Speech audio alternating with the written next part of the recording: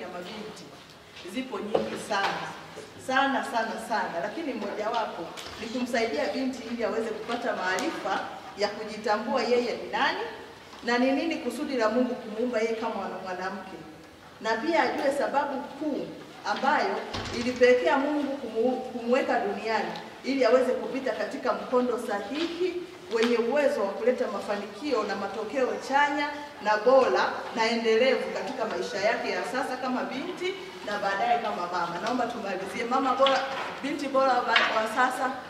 Mama bora. Amen, na Mungu awabariki sana. Hiyo ndio PPA. Lakini kabla sijamaliza, kwa wale ambao wana smartphone, ukiipenda kujiunga na sisi, ni nafasi ya mwanamke kibiblia ambayo hatujaizungumzia. Jana mama aligusia tu, lakini nafasi ya mwanamke kama mlinzi ni nafasi nyeti sana ambayo Mungu alitupendelea. Ni nafasi, yani sio tuseme kwamba kwa mfano kama taifa, sehemu ya ulinzi ni ya muhimu sana. Ndio maana wanajeshi tunawaheshimu, si ndio?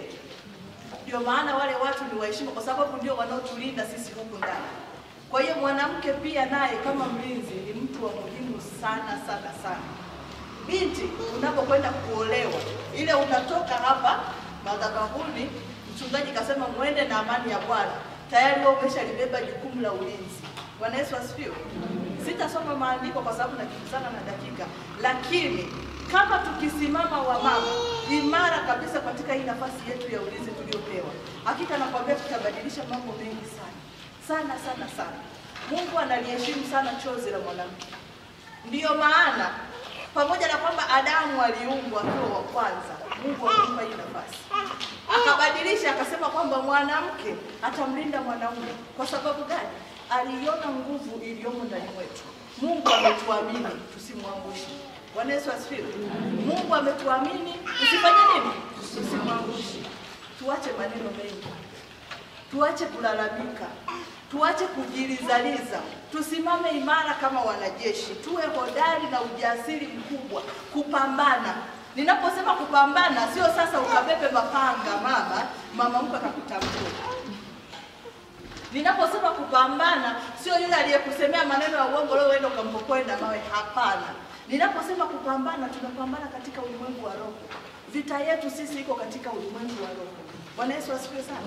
Unapoingia katika maombi, ndio silaha tunaofanya nini? Tunaoitumia. Silaha namba 2 ni neno la Mungu. Wale mnaoenda kuomba hujui hata andiko moja, nikupe pole. Kwa sababu Bwana anasema kwamba neno lake halitarudi bure, ili alilolileta.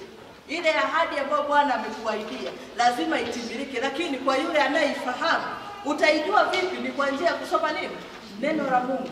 Baada ya hapo ingia katika maombi, mkumbushe Bwana ahadi zake, mwambie Bwana sawa na neno lake. Nikwambie kitu, maombi yanasafiri, yanakwenda masafa marefu kuliko hata rocket. Nani anajua rocket? Kuna vindege fulani vinapita juu sana vile. Maombi yanakwenda mpaka kuzimu. Maombi yanakwenda mpaka kwenye vilindi vya bahari. Huyo aliyemchukua mume wako sijui akaenda kuzika huko kwenye makaburi, maombi yanakwenda kufukua kule wewe umepiga magoti chumbani kwako. Hiyo ndio nguvu ya nini? Maombi.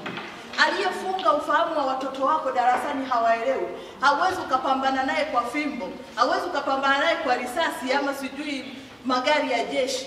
Kwa njia ya maombi utaurejesha ufahamu wa wanao kule ulikofungiwa. Bwana Yesu asifiwe sana. Kanisa linayumba, kanisa linateteleka, lina migogoro, ni mama. Mwanamke akipiga goti akamwita Bwana, amani itarejea. Bwana Yesu asifiwe. Taifa, sijui sisi tumeshapata bahati au neema ya kwenda Rwanda. Tumeenda mara 2 na mama. Hapo tunafanya mkutano. Yaani ile siku tumeingia, yani pale mpakani, Kagame ana taarifa. Tumeenda kufanya mkutano, wanaangalia. Wanajeshi wanazunguka. Ukitoka hapa mita 100 kuna polisi, ni mchana. Mita 100 kuna polisi, mita 100 kuna polisi. Usiku mita 100 kuna mwanajeshi, mpaka kwenye miti. Kwa sababu ya wanalinda. walishaumwa na nyoka mara moja, si ndio? Kwa hiyo hata wakiguswa na jani wanaogopa. Sisi tunayo amani. Hebu tuache maneno mengi, tuache kelele, tuache kulalamika. Maisha magumu, maisha magumu. Kwa nini nikakwambia Magufuli ndio anayegawa riziki? Riziki si anatoa Mungu. Hebu fanya kazi. Amesema nitabariki kazi za mikono yako. Sasa maisha yanakuwaje magumu? Kama Bwana, ninakwenda kuanza kazi hii hapa, Bwana nimekukabidhi mikononi mwako. Natoa fungu la 10 kiuaminifu, natoa sadaka kiuaminifu, nahudumia wajane, naangalia watumishi wa Mungu. Bwana, nashindwa vipi kukubariki? Tusimame wamama, tuache kulia, tuache tunasemaga ni kujifanya. Nitasema kusema kwa Kisukuma, lakini sisi ndio hivi. Yaani wamama wanavira wao, tunavijua. Yaani mama mimi siwezi. Yule mama yule siduka kafunguliwa na mume wake. Wewe mama, piga kazi. Tanguliza maombi. Hamna mtu aliyeanzia juu. Hata ukianza kwa kuuza sijui kwa huku kwenu maparachichi. Hata ukianza kwa kuuza maparachichi, anza na Bwana. Ninanyanyuka Bwana na sinia langu hili na likabidhi mikononi mwako. Leta wateja. Isiwepo hata moja la kuanguka na kuharibika. Isiwepo hata moja la kuibiwa. Isiwepo hata mmoja wa kunidhulumu. Asiwepo wachuma ulete. Mungu anashindwa kusikia? Kama tunaweza kuomba, akaenda kumfungua mtu aliyefungiwa baharini chini, akarudi na ufahamu wake kamili, atashindwa nini Bwana kukuongoza wewe kutoka hapa kwenda kumpata yule ndio mteja sahihi? Atashindwa nini Bwana kukuongoza? Kesho kutwa, jana umeanza na maparachichi 5, kesho una 10, kesho kutwa una 15, kesho kutwa una 20, unabadilisha biashara, si ndio? Wamama, tusimame katika nafasi hii. Watoto wanapoharibika ni mama uongo. Ndio maana Biblia inasema hivi, mwana mpumbavu mzigo wa mama yake. Yaani kila siku unafurahi kwa unaingia unatoka, nilina akili kama ya mama yake. Tusimame wamama. Usisubiri mtoto aharibike ndio uanze kumtafuta Mungu. Usisubiri mtoto ashindikane ndio uanze kulia na Bwana. Anza leo. Mshukuru Mungu kwamba asante na kushukuru kwa ajili ya tabia ya mwanangu, mwenendo wake ulivyo mzuri. Endelea Bwana kumlinda, endelea Bwana kumuongoza. Tatizo letu tunasubiri shida ikija. Wengi tunaomba nao, anakuja na kwambia ndoa yangu ABCD. Naomba amani ya siku hizi 2 tukaisha sahau. Sasa hapo umuone akikusumbua message, simu wala kukuambia habari ya huku kukoje. Yakiharibika tena ndio anakuja. Niombe. Hapana. Wakati wa amani ndio mzuri. Maombi yana akiba. Huwa nawaambia hata mabinti, omba sasa hivi kwa ajili ya uzao wako. Omba sasa hivi kwa ajili ya ndoa yako ya baadaye. Sasa hivi maombi ni akiba. Itakapokuja wakati wa vita unamwambia Bwana, kumbuka maombi yangu. Kumbuka chozi langu nililokuita siku ile pale. Kumbuka nilivyojitesa nikafunga kwa ajili ya ndoa za wengine. Kumbuka nilivyofunga na kujitesa kwa ajili ya watoto wa wengine. Bwana, kumbuka watoto wangu. Mungu lazima asikie. Mungu lazima atende, anakumbuka. Bwana Yesu asifiwe sana. Tusilalamike. Tusikate tamaa, tusichoke. Huyo ni mume wako tu. Mungu ana makusudi na Mungu ana akili timamu kumwelekeza yeye aje akuoe wewe. Usimuite mzigo, usimuite lii, ni mume wako. Bwana Yesu asifiwe. Kuna wale wenye tabia ya kuona yameshindikana na beba mizigo anaondoka. Hakuna mwanajeshi anayekimbiaga vita. Wanafia vitani. Wangapi tunaona wanarudishwa kutoka Kongo? Wazani wenyewe wapendi familia zao. Asione kumechachamaa kwa nini asikimbie. Lakini wanafia kule. Mwanajeshi halisi, mwanajeshi kweli kweli, anafia vitani. Na vita nzuri, pigana, pambana mle ndani. Unapotoka unamwachia adui ushindi. Sasa wewe unaondoka, nitaenda kuombea nyumbani, mwenzio anarudi anaingia ndani anaombea ndani. Haya. Umefaulu. Vita haikimbiwi wapendwa. Vita haikimbiwi, pambana. Shetani ndio adui yetu. Shetani ndio nani? Adui. Sio mume wako, sio wifi, sio shangazi, sio jirani, sio nani. Shetani anatumia mtu kama vile Mungu anapotumia watu. Mchungaji leo asubuhi kaongea na sisi, si ndio? Mungu kamtumia kutukumbusha, huenda kuna watu tulishasahau kutoa shukrani, si ndio? Lakini mchungaji katumiwa na Mungu kutukumbusha. Sasa shetani naye anatumia mwanadamu kukufanya nini? Kukuataki. Nikufanya nini? Kukuataki. kukushambulia. Unaona? Shetani anatumia mwanadamu kukushambulia. Wewe unamuona ni kama shoga yako, ndio amekuja shoga yako. Lakini nyuma ya shoga yako kuna nani? Ndio maana Yesu alimwambia Petro, "Nirudi nyuma shetani." Hakuwa anamwambia Petro ila shetani nyuma ya nani? Ya Petro. Usimchukie mume wako. Hakuna mlinzi anayemchukia anayemlinda.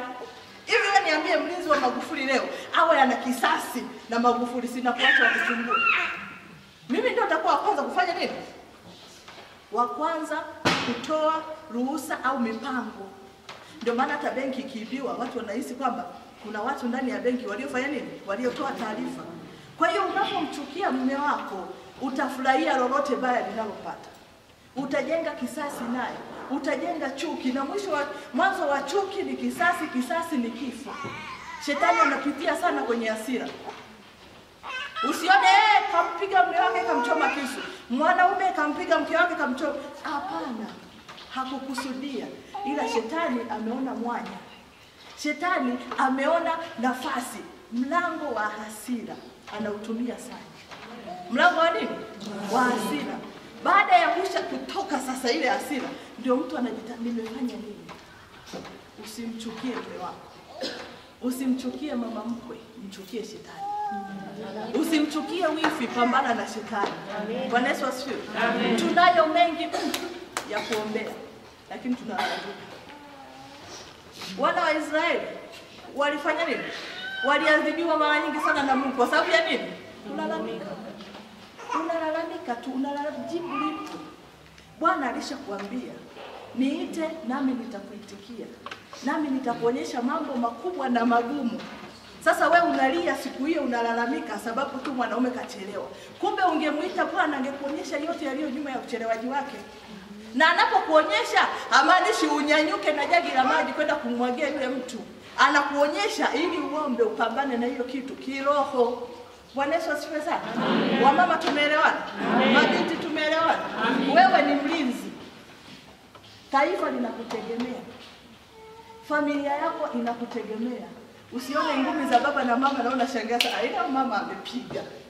Unatakiwa kuomba.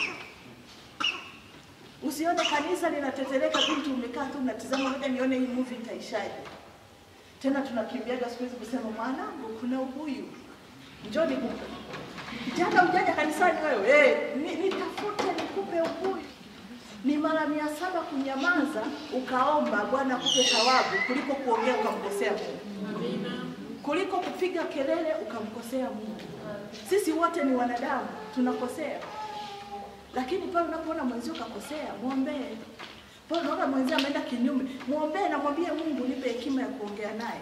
Kuliko kurumbana, kugombana, kutupiana maneno, mwisho wa siku tunavuruga hata amani. Kwaya zinavurugika, vyama vya mama vinavurugika. Yaani tunakuwa hakuna ustaarabu, afu tunatoka hapo tunasema sisi ni Wakristo. Tunamfuata Yesu. Bwana Yesu asifiwe sana. Mungu awabariki katika hilo. Nafikiri hilo somo litarushwa kwenye saa 5 usiku au saa 4:30 mpaka saa 5:30 usiku. Nilizungumza kutokana na maneno haya ambayo leo tunayasoma na mara nyingi tumeyasoma. Na hata huko nyuma tumeyasoma sana. Tunayasoma na tumeyakariri, waiteni wanawake, na tumefanya kama hiyo. Wakati mwingine unaweza kusoma neno lisipofikia wakati wake kuwa wazi zaidi kwetu, ni rahisi kuliona la kawaida. Lakini sasa hivi nafikiri mama na binti tuliyeko kwenye kongamano hili utagundua kwamba haya maneno yaliongelewa miaka mingi wakati wa kina Jeremia. Miaka mingi. Lakini uhalisia wake tunauona wazi katika kizazi. Amen. Yale yaliyozungumzwa, mauti imepanda, imeingia kwenye madirisha, kwenye majumba yetu. Unaiona kabisa mauti inavyotembea. Nilikuwa naongea na watu kwenye ibada, wale waliokuwa, nimeona washirika kadhaa niliokuwa nao pale Bethel. Wakati mwingine inaleta shida sana. Unaposikia kwenye vyombo vya habari, mwanamke fulani amechomwa kisu, mwanamke fulani amechomwa kisu, wengi wamekufa, lakini binti aliyesikia sana yule mgazini wa chuo kikuu yudo. Naongea kwenye somo wale walikuwa wanaongea redioni, nikasema Mungu atusaidie. Hebu tujifunze kuwa wanyenyekevu kwa Mungu kwa watii, ili tunusuru maisha yetu na vizazi vyetu. Amen. Unaweza kuwa unabishana na mtu kafikiri unabishana kama ulivyobishana jana, usijue mauti imepanda, imeingia. Mpaka unashindwa kuelewa mtu ambaye analala kifuani kwa mtu anakuwa tayari kumchinja kama kumcharanga kama ng'ombe. Lakini nini Yeremia aliona? Aliangalia nini? Mauti imepanda, imeingia kwenye madirisha. Unaongea na mtoto ukimwonya tu kidogo anakwambia anakunywa sumu, unajiua. Mwanangu, hili ninalokuonya kwa faida yako mwenyewe unajiua. Ndugu zangu, tunahitaji kuwa na mzigo mkubwa wa kuelewa sana. Na hiyo neema Mungu ametupa, tumezaliwa nayo. Baba anaweza kuishia na kukohoa tu, lakini mama machozi yanamwagika. Tena unaweza kujiuliza anatoka wapi? Kuna mama mmoja anayemkumbatia analia, kuna jambo limemuumiza, nililoana nguo kama vile amenimwagia mtu maji. Lakini Mungu ametumia machozi. Sio ya kulia kwa sababu tunataka hela tu. Sio ya kulia kwa sababu tunataka kuvaa vizuri tu, lakini ametubebesha mzigo wa vizazi. Ndio maana hawa tafsiri yake mahali pengine ni mama wa wote wenye mwili. Jina la Bwana libarikiwe. Amen. Kanisa, jina la Bwana libarikiwe. Amen. Na hata wasaikolojia wetu wanaosomea mambo ya tofauti ya wanadamu, kuumba kwa mwanadamu na mwanamke, wanakuambia mwanamke ameumbiwa kuwa na huruma. Yeye amekabidhiwa na Mungu neema ya kuwa na huruma. Yaani amepewa mzigo wa kuhusika na watu. Ndio kitu ambacho Mungu amekizalisha kwetu. Sisi jitihada zetu zote, bidii zetu zote ni kwa ajili ya mtu. Wakati wanaume ni kwa ajili ya vitu. Ndivyo walivyotengenezwa. Wao shughuli zao zote ni kwa ajili ya vitu. Lakini mwanamke raha yake, furaha yake ni kuona huyu mtu amekula, huyu mtu amevaa, huyu mtu yuko vizuri kiasi gani, huyu mtu ana amani kiasi gani. Pilika zake zote. Akishiba baba kana kafurahi akasema mke wangu asante kwa chakula, mama unajisikia mwili mwepesi. Unajisikia raha, unaona umefanya kitu cha maana. Kwa nini? Ndani yako Mungu amekutengenezea uhusike na watu. Wahitaji wanaume sana, wahitaji wanawake wenye kulia, wenye kuomboleza. Kwa lugha nyepesi Mungu anasema kwa rais sasa nimewekeza machozi ya neema ndani ya mwanamke. Nimewekeza mzigo ndani ya mwanamke. Nimewekeza machungu, nimewekeza winchi ya kubeba vizazi na vizazi. Sharika wangu mmoja wakati naongoza usharika wa Sayuni pale alipata matatizo. Akapigwa na stroke. Ile stroke akapigwa kwa sababu ya magonjwa. Lakini aliangalia hatari ilipotokea. Hasa akaangalia watu wamekufa katamka. Afile boss. Alipotamka tu wamekufa wote. Pale sawa mrejea. Analekea. Mabinti mliopo, Mungu ndani yako tambua amewekeza mzigo wa kulibeba kanisa. Amewekeza mzigo wa kuvibeba vizazi na vizazi. Amewekeza mzigo wa kulibeba taifa. Lina kutegemea wewe. Hata kama kuna lia kupointi, lakini mbingu inakutazama wewe. Haleluya. Amen. Hata kama huyo mtu hakuhusu, lakini hakuhusu kiasi gani, mbingu inakuangalia wewe kwa ajili yake. Hakuna swala kusema ni mtoto wa jirani, ni mtoto wa mtu mwingine, sijui baba yake, sijui mama yake, lakini Mungu amewekeza mzigo ndani yako. Na anakutazama unatumiaje hayo machozi aliyowekeza ndani yako. Hiyo neema ya kuomba aliyowekeza ndani yako.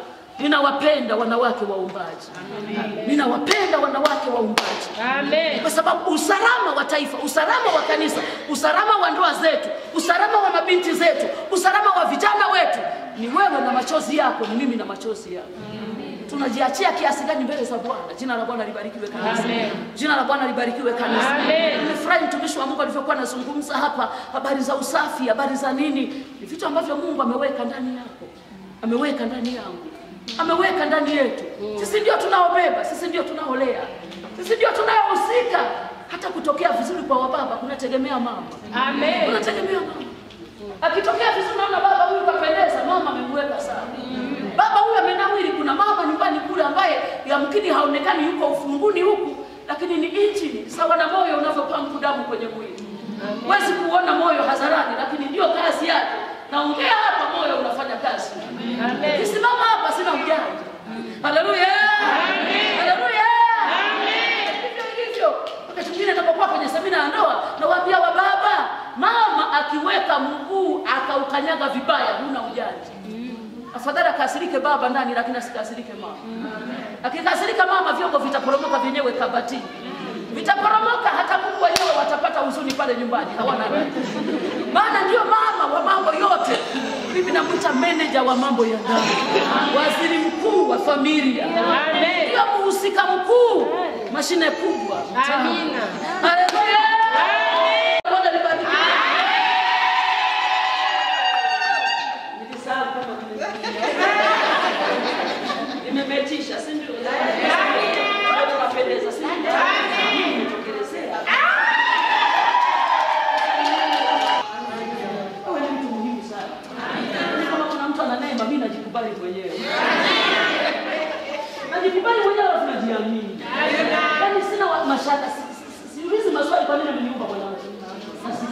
fahari kwa Mungu. Mungu amenipendelea kweli. Haleluya. Ninasema Mungu amenipendelea. Unajua wababa ndio wakakuwa vichwa, si ndio? Lakini waulize maswali, kwa nini Biblia inasema enyi waume kaeni na wake zenu dunia? Ameni. Ameni. Amewekeza neema, hekima, macho ya kiroho yako kwako. Ndugu zangu, sisi tuna hisia kali kuliko wanaume unavyofikiri. Ndio maana mwanamke akizaa mtoto ana hisia kali.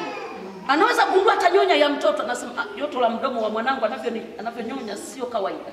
Unamgusa unakuta sio sana, lakini anaona unyonyaji wa mtoto sio sahihi. Anahisi homa kwa mtoto. Mpaka mimi nilicheka siku moja, nimeenda kwa daktari na mtoto wangu mdogo, ananiuliza daktari, nimekuletea mtoto tena ananiuliza mwenyewe anaumwa nini?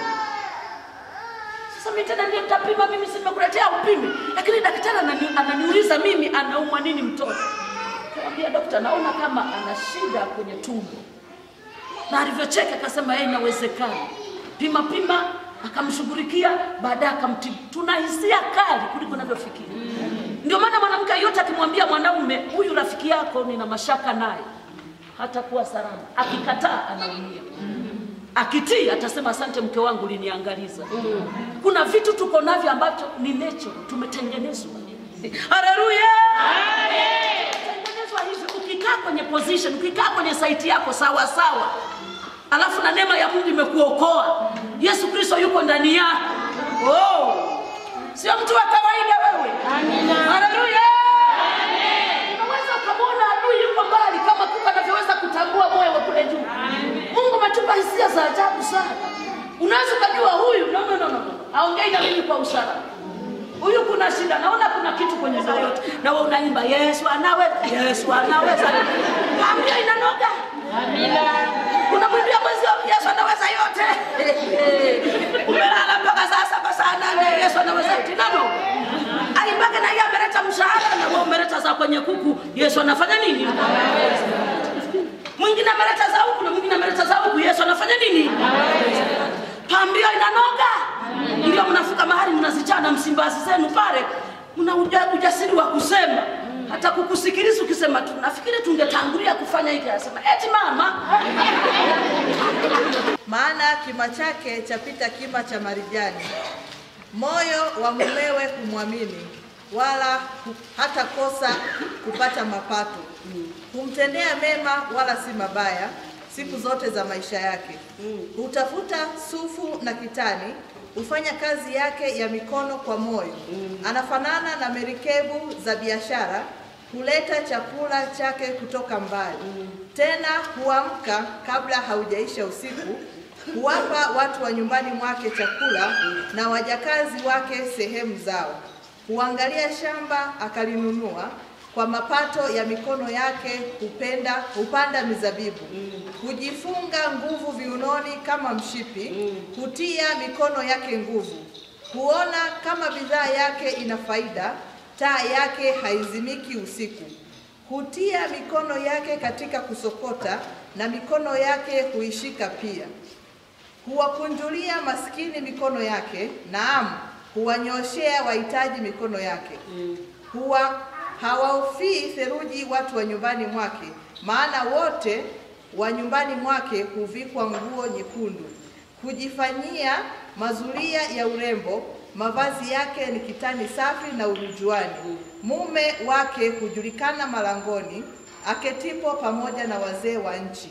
Hufanya nguo za kitani na kuziuza, huwapa wafanyabiashara mishipi. Nguvu na hadhi ndiyo mavazi yake, anaucheka wakati ujao. Hufungua kinywa chake kwa hekima, na sheria ya wema hii katika ulimi wake. Huangalia kama njia za watu wa nyumbani mwake, huangalia sana njia za watu wa nyumbani mwake, wala hali chakula cha uvivu. Wanawe huondoka na kumwita heri, mumewe naye humsifu na kusema, binti za wengi wamefanya mema, lakini wewe umewapita wote. Upendeleo hudanganya na uzuri ni ubatili, bali mwanamke amchaye Bwana ndiye atakayesifiwa. Mpe mapato ya mikono yake na matendo yake ya msifu malangoni. Kusema matendo yake ya msifu malangoni. Ya masomo mbalimbali ya saikolojia mwanadamu unaona kabisa kwamba Mungu ametutengenezea tunaweza kuhusika na vitu 10 kwa wakati mmoja. Amen. Amen. Kitu ambacho wanaume hawajaweza. Hawezi kuwa anapiga deki amebandika chai. Hawezi, itamwagika yote. Hawezi kwamba ananyonyesha mtoto na huko anakatakata mboga. Hawezi. Lakini mama anaweza kuweka ziwa kwa mtoto huko anaendelea kukata kitunguu, huko anaendelea kufanya shughuli nyingine. Ni namna ambavyo Mungu ametumba. Jina la Bwana libarikiwe kanisa. Lakini huyu mtu alinifungua sana.